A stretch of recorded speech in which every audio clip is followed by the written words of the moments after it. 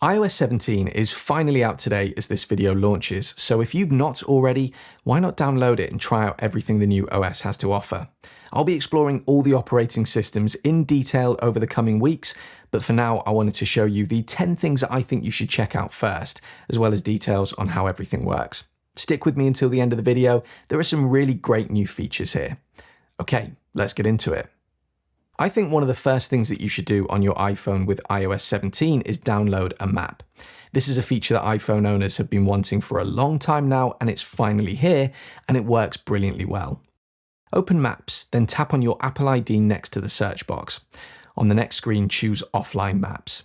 If you've not already downloaded a map, you'll see that your only option here is to tap on Download New Map. On the next screen, you can choose either your current location, choose from a recent search, or type an area into the search box and search for something using that. For this example, I've recently searched for Birmingham, and that's what I want to use, so I'm just going to tap on that. You can then move the rectangle to change the parameters of the area that you want to download, allowing you to capture more or less and pick a specific map that's going to work for your needs. Obviously, the more you choose, the larger the file will be, and you can see that your phone will let you know how big the file is going to be. Choose Download when you're ready. Your phone will download the map, and clearly the speed of this is going to depend on your internet connection. You can also see here that you've got some options like ensuring that your phone only download updates on Wi-Fi rather than on Wi-Fi and cellular, allowing or disabling automatic updates, and optimizing storage. You can also have your phone always use offline maps, even when online if you wish. And that's it. Once your map is downloaded, it's done and will update automatically as and when it needs to. Probably the most significant addition to Notes in iOS 17 is a massive improvement to the way in which you can add links within Notes. You can link out to external apps and web pages, but you can now also easily link to other notes within the app, meaning that you can easily create directory notes that then link out to other notes. It's clever stuff, and it's really easy to do once you know what you're doing. There's a couple of ways that we can do this. So let's say, for example, that we've got all these breakfast recipes in separate notes, and we want to create a single note to act as a directory. We'll create a new note and then tap and hold for a second in the body of the note to get this contextual menu. We'll then tap the right arrow to move until we see Add Link. Tap on that, and you can see that we have this new screen appear. You could paste a link to a web page or another app in here if you wanted to, but for this, we're just going to begin typing the name of a note that we'd like to link to. You can see that Notes shows us possible matches, and we simply tap to select the one that we want. Notice that by default, when we do it this way, the toggle for Use Note Title as Name is selected. We could toggle that off and then input our own link name if we wanted, but I'll leave it as is for now. I'll repeat the process again to show you how this can work as a kind of directory, creating as many links out to other notes as you like. Once you've created the links, you'd simply tap on one to take you to that note. The other way that you can do this is to create the text first. So here, let's input some text that we'd like to have for our link. Once you've written the text, you would simply tap and hold on the screen for a moment, then use the cursors to select the text, and again, in the contextual menu that appears, choose Add Link. Again, you would simply type the name of the note that you'd like to link to, but this time, when you select it, you can see that the name of the link is the text that we just wrote, and Use Title as Name is toggled off. And just like before, the link is created. An extremely useful new feature in iOS 17 is the ability to create shopping lists in reminders. Now, you might have been using reminders for your shopping list for a while now, so you might not see anything new here, but this is really good. Let me show you. When you create a list in iOS 17, you've got the option to choose what type of list it is, choosing from Standard, Shopping, and Smart. If you choose Shopping, your phone knows to anticipate that the items you're going to add to the list are all going to be grocery store items, and your phone will automatically categorize them for you, as you can see with the examples that I'm adding on screen now. Apple claim that your phone will learn from you over time as well, helping to make the categories here smarter. By the way, if you prefer to have content like this in a written format, there's a PDF version of this video, complete with screenshots, and you can access it along with all other PDFs I've created, plus future ones, for just $5 a month. You can either scan the QR code that you can see on screen, or follow the link in the description of this video to learn more. Widgets in iOS 17 are now interactive, which might not seem like much of a change, but it's actually really useful, and you should definitely take a bit of time to set up and start using some of the new interactive widgets. So here, for example, you can see that I've got a shopping list and I've created a widget on my iPhone's home screen for it in both iOS 16 and 17. On iOS 16, the items on my shopping list are visible, but if I tap on one of them, all it does is open reminders, taking me into the app if I want to complete something. But on iOS 17, you can see that our checkboxes are visible right from the widget itself, meaning I can tap on an item to complete it without having to open the Reminders app. A major new update to iOS 17 is the inclusion of what Apple are calling standby mode. This is a function designed to make the most of the time where your iPhone is spent charging. By turning your phone on its side while it's plugged in, standby mode lets your iPhone display useful information to you, turning your phone into a kind of mini smart display. It's still a bit of a basic feature at this point, but it does show real potential, with Apple hopefully adding lots more features to this over time, and for now at least, I would definitely recommend that you enable it. Open Settings, scroll down and tap into Standby. In here, enable Standby. You can see that you have a few other options to choose from. Night mode is obviously useful at night. Your phone will change the vibrance of the display to be more suited to a nighttime setting. You can toggle notifications on or off, and you can also decide whether you'd like Standby to only show you a preview of a notification that you then have to tap on to view properly, or the entire thing. Then all you do is power your phone on and turn it on its side. After a couple of seconds, standby mode should enable. In general, it breaks your phone down into two halves, a left side and a right side. You can swipe up and down to move through the different widgets that are being shown. So for example, on the left, if I've got a clock showing, I can swipe through different versions of it. And you can see that on the right side, I can swipe through things like a calendar, the Stocks app, etc. If you tap and hold on the screen for a moment, you can then have some control over which widgets show up, and you do this for each of the two halves of the screen. You press the plus button and choose from widgets on the left and add them in, and you can use the minus to remove any that you're not interested in. Smart Rotate will rotate you through the widgets automatically, choosing whatever it thinks is the most suitable for you at any given time. And some of these widgets are interactive. The Music app, for example, you can play and pause and skip tracks simply by touching the screen if you wish.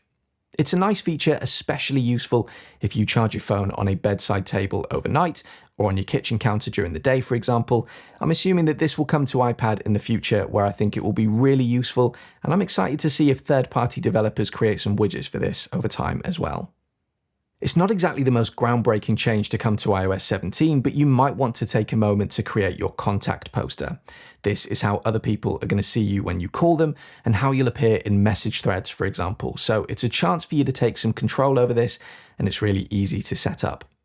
Open the phone app and tap on your contact card at the top of the screen. On the next page, you should see an option about halfway up the screen, allowing you to either enable or set up a contact photo and poster. This may look slightly different depending on whether you're doing this for the very first time or whether you're editing an existing poster. Tap here. On the next screen that appears, choose Continue. Confirm what name you'd like to appear in your poster, and then down at the bottom you can choose from 4 types. You can choose Camera, where you'd snap a photo right away and use that, but for this example I'm going to tap into Photos and choose a picture that's already been taken. This takes you to the photo library, and because this fake account is called Tim Apple, which isn't my real name by the way, I'll choose a photo of Mr. Tim Apple himself for this example. Notice that if you tap on the ellipsis at the bottom of this page, you can toggle the depth effect on and off. This won't work for every photo. You need a good clear photo where the subject of the photo can be easily identified, but what this does is it allows you to move the photo in front of the text, creating an almost 3D effect to the poster. You can then swipe through to see the different effects that you can use for your contact poster, with a few different options to choose from. I quite like gradient backdrops, so I think I might go for that. For all of the effects, you still have quite granular control over the colours and the vibrance of the colours that you use. If I tap on the name at the top of the poster, I can edit the font being used. You can also change the actual font itself, but you can also change the size of the font as well as the color of it. There's lots of flexibility here, and whilst not everything is going to work, you should be able to find something that works for you. When you're happy with everything that you've selected, tap Done in the upper right corner of the screen to confirm your choices. You can then preview the poster before you commit to it, although keep in mind you can always change it later if you want to. This is how it's going to show when other people call you.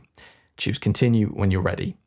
And this is how your contact photo is going to show to other people as well. Choose continue here, or you can choose a different photo for this if you want. And that's it. Choose done and your contact poster and photos are saved and will sync across your devices also. But just to finish this section off, if I tap edit here and then swipe across and choose create new, you can see that the other options that we had when creating a contact poster. Memoji lets you choose from all different memojis in a variety of different poses. So if this is more your vibe as a contact poster, you've got lots of options to choose from here. The other option is monogram, which is literally just your initials. It's obviously a bit more muted, but again, if this is the kind of style that you'd prefer, you've got that option. And the nice thing is that you can create multiple contact posters if you like and change between them whenever you want to. More a quality of life feature than anything too dramatic here, your iPhone has a brand new method of sharing via AirDrop called Share with Intention. So here on one iPhone, I've got a photo that I'd like to share with another user with their iPhone. Rather than having to mess around within menus looking for the AirDrop function, I can just bring my iPhone to theirs and hold the top of this one against the top of the other phone. You see the animation that happens and you simply confirm that you want to share by tapping the share button. By the way, if you're enjoying the content here, why not consider signing up to my free newsletter, The Proper Weekly, which you can do via the link in the description of this video or by scanning the QR code on screen now. The newsletter goes out each Friday and I include some tech news from the week, a behind the scenes of what's happening here on the channel, as well as a tip for an item in the Apple ecosystem. You should definitely take a few moments to create some profiles in Safari. Profiles allow you to have essentially separate versions of Safari on your device for the different things that you're likely to use Safari for. So the most obvious examples are going to be personal use, work use, and educational use, but you can customize and name each profile as you wish. So if you want to get more granular and specific than that, you can. To create a new profile, we head into Settings, then Safari. Scroll down and on iOS 17, you'll see this new section called Profiles. If you've not yet created one, you can see that the option available is New Profile. So we're going to tap on that. But before we do, notice that Apple explained to you what this is. A profile will contain history, cookies, and website data specific to that profile. So once we've tapped on New Profile, the first thing that we're going to do is give this profile a name. We'll say that we're going to use this for education. So I'll tap into Name and call it School. Then you can choose an image for it, either from the available ones that you can see on this screen, or by tapping the ellipsis to choose from additional options. The same goes for the color scheme for this profile, and for this example, I'm going to choose a color that's not available in this menu. I'll pick green for this example. Down at the bottom of the screen, we've then got settings for this profile. We can choose where we'd like to store favorites for this profile. By default, the profile has created its own school folder, so I'm happy with that. And then we can choose what we'd like to happen when we open a new tab. Choose done when you're happy with the profile that you've just created, and then let me show you how and why this feature is so useful. If we go back to Safari and tap the tabs icon in the bottom right of the screen, you can see that we've got this profile button in the bottom center of Safari. The icon tells me that we're currently in the personal profile, but if I tap on that, you can then see at the bottom of this window that appears that I can change my profile. I'll tap on that and change this to the school profile that we just created. And you can see that to begin with, not much has changed. But what I'm now going to do is in the background, I'm going to log into a Google account. I'll obviously skip the part of me actually logging in, but if you look, you can now see the C icon indicating that I've logged into this particular Google account. Now watch what happens if I tap the tab button, then tap on profile and change this from school back to personal and then go to Google. Notice that it's not logged in.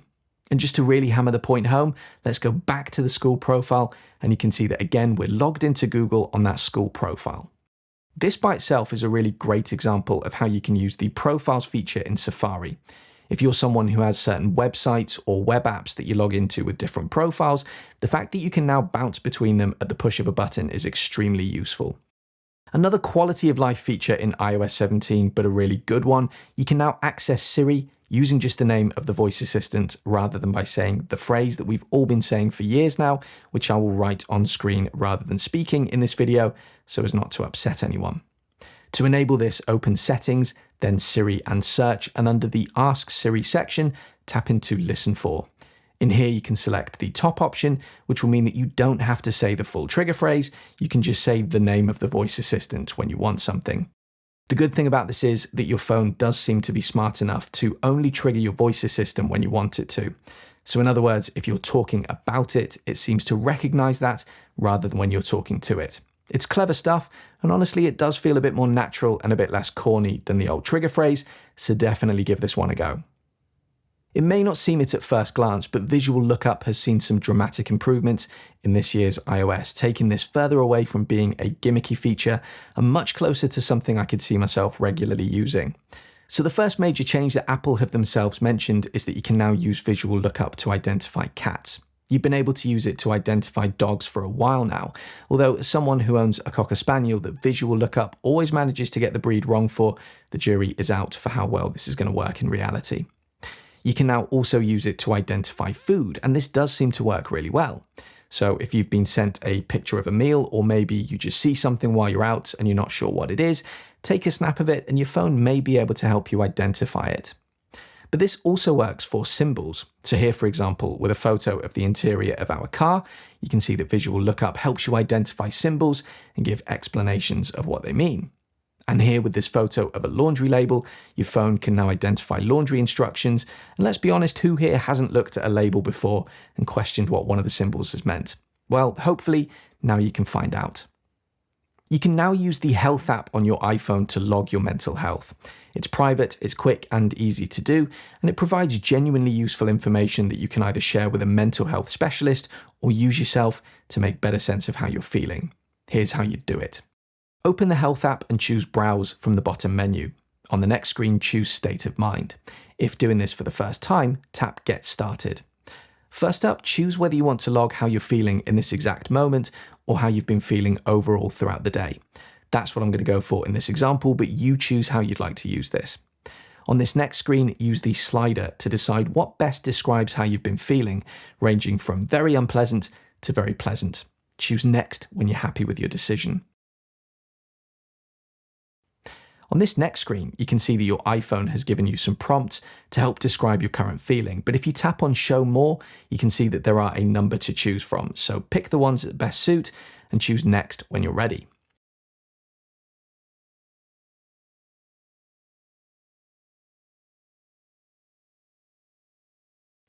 Then on the next screen that appears, you need to choose what's having the biggest impact on you.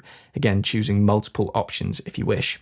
If you scroll down on this screen, there's a text box that you can tap into and type to add some additional context if you wish. Choose Done when you're finished. And that's it, your mood has been logged. And you can see that you can set a reminder to log this every day, which is honestly how I plan to use this. I think that's the only way that you're going to get actionable data from this, by doing this every day.